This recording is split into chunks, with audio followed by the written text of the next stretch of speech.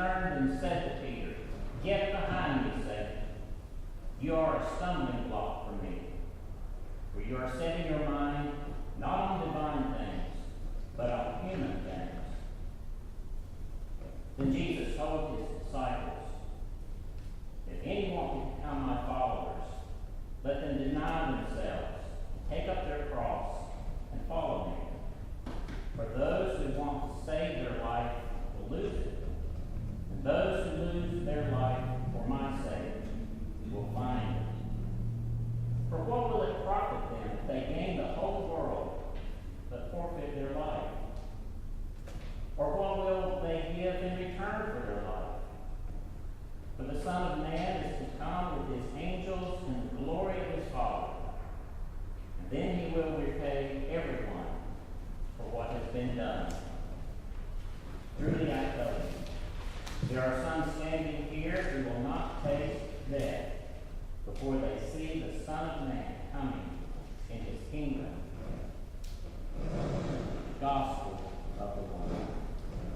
Praise to you, Lord Christ.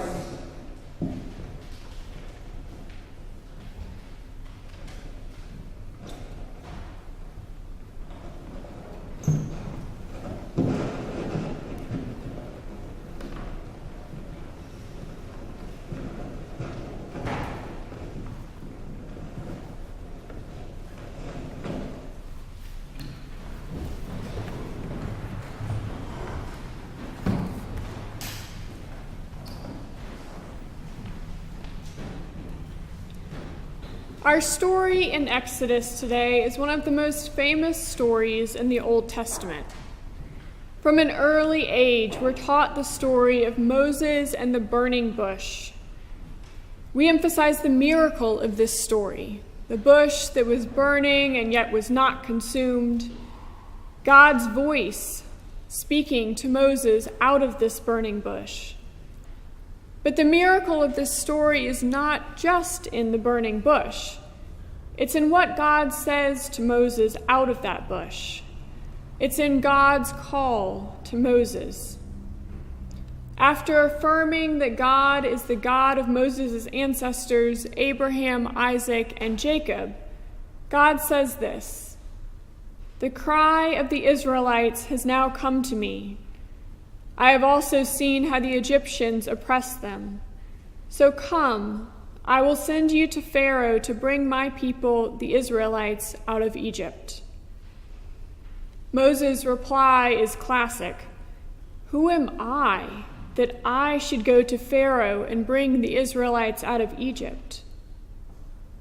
Who am I? This question is one that gets asked of God over and over by other biblical characters and by all who hear God's call in their life. God's call can be in the area of ministry. It can be in the area of their work, their career, in the area of service, justice, or mission. But most who experience that call initially respond with, "Who, me?" A trap that we often fall into is talking about God's call as something that only a select few experience. It's perfectly normal to use this language in religious circles when we talk about ministers, both lay and ordained, experiencing God calling them to a specific position or task. But the reality is that God calls all of us to something. And that something can be as big as a career path or as specific as offering assistance to the person in front of you. And God doesn't just call us to one thing at one moment in our life. God calls us to many things throughout our lives. God is constantly saying to us, "I will send you." And we are constantly replying, "Who am I that I should go?" But the conversation doesn't stop there. It's just getting started. God's response to Moses' question, "Who am I to go?" is, "I will be with you." When God calls us to do something, God never sets us on a path and then abandons us. God always goes with us. In our story today, God is asking Moses to do something huge, to free an entire people from slavery, and not just to set them free within the land of Egypt, but then to lead that group of people out of Egypt into the wilderness with a promise that eventually they'll reach a good and broad land, a land flowing with milk and honey. But before any of this can take place, Moses himself must directly confront Pharaoh and tell him exactly what he plans to do. Given the context, Moses' question to God of "Who am I?" seems perfectly reasonable and even a little bit subdued. This task must have seemed completely insurmountable to Moses. Even just the first part, confronting Pharaoh, would have been life-threatening. Most rulers don't take too kindly to someone who comes up to them and says, "I know that you've been enslaving this entire group of people for generations, but now God has asked me to liberate them, and so that's what I'm going to do, and then I'm going to take them out of your country." As we know from our own country's history and the history of many other countries throughout the world, wars are fought to end slavery. Many people die in the quest to end slavery. At this point, Moses is but one man, and he's one man up against a powerful ruler and an entire system built on oppression. "Who am I to go to Pharaoh?" Moses asks. After God promises that God will go with him, Moses does something bold. He asks God for God's name. In the ancient world, names were powerful. They were often given in such a way that the name told something about the person. So we see this throughout the scriptures, as we're told that babies are named or adults undergo name changes because he or she, and then we're told some characteristic about them or something about their birth or their family or their vocation. Names are meant to instantly be able to tell you something about a person. And when it comes to deities, names are even more important. To call a deity by name meant that one had a personal relationship with that deity. So today, we constantly emphasize the need for us to have a personal relationship with God and with Jesus. But this emphasis is rather modern when we look at the scope of all human history and religious history. A more common perspective in the ancient world was that most people's relationship with their deity was through their community, with only a select few, such as prophets or religious leaders, actually having a personal relationship. But notice what Moses does. He says to God, "If I come to the Israelites, the whole people, and say to them, 'The God of your ancestors has sent me to you,' and they ask me what is his name, what shall I say to them?" Moses is speaking with God one-on-one and asks God for God's name, not just for his own knowledge, but so that he can tell the entire Israelite people. In the ancient world, what Moses is asking of God is intimacy and a personal relationship with all the people. God has already made a covenant with the Israelite people, but this request takes it to a new level. And God answers Moses, "I am who I am. Thus say to the Israelites, I am has sent me to you." I am. Most of us know this as a first-person singular present tense of the verb to be, not as a name. And this is true in Hebrew as well. As one scholar noted, the revelation of the divine name is an early form of the Hebrew verb to be, and not a noun, as one would expect. The expression "I am," or "I will be who I am," places the focus of God's name on actions for Israel, and not on God's independent being or essence. Just as with the other names that we find in scriptures, God's name says something about God's character. And what it says is that God is present. By answering, "I am," God effectively says to Moses, "I exist. I am here. I am with you.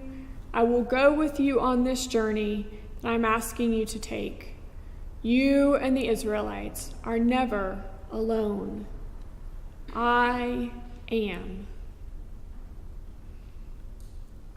We know that Moses does eventually do what God has asked him to do, though not without some more hesitation and questioning whether he's really the man for the job. But he follows God's call. He goes to Pharaoh. A series of plagues ensue, and eventually Moses does lead the people out of Egypt, thus freeing them from slavery. There are so many different ways that people can approach this passage, but as I was studying it and praying with it this week, Moses' hesitation, his insecurity before God, is what kept jumping out at me. And it did so because it shows that Moses, this colossal figure of our faith, is just as human as we are. He dealt with his own limitations, with his own doubts and his own fears. And yet God chose him to free God's people, to get them out of slavery and eventually to the promised land. This motif of God choosing the least likely candidate to accomplish God's work here on earth is a story that repeats over and over and over again in Scripture. We don't have to be rich or powerful or have the best education or the right connections to do God's work. We just have to be willing to listen when God says, "I will send you," and to go, even if we might need a little bit of time for questioning and self-doubt first. I'd like to close today with a quote from Nelson Mandela. It beautifully and eloquently sums up this struggle that we all go through when we feel that God is calling us to do something in God's service. Mandela says, "Our deepest fear is not that we are inadequate. Our deepest fear is that we are powerful beyond measure. It's our light, not our darkness, that most frightens us. We ask ourselves, who am I to be brilliant, gorgeous, talented, and fabulous? Actually, who are you not to be? You are a child of God. Your playing small doesn't serve the world. There's nothing enlightened about shrinking so that other people won't feel insecure around you. We are born to make manifest the glory of God that is within us. It's not just in some of us, it's in everyone. As we let our own light shine, we unconsciously give other people permission to do the same.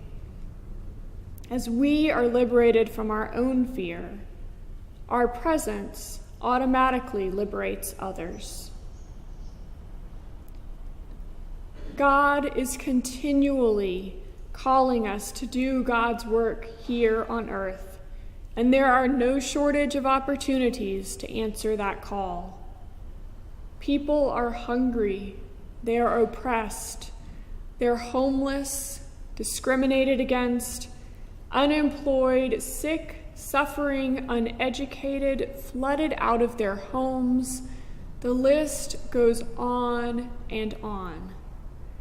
Any time that we follow the example of Christ in serving one another and in loving our neighbor as ourself, we are answering God's call to us. So listen for where God is calling you to do God's work here on earth. Listen and go.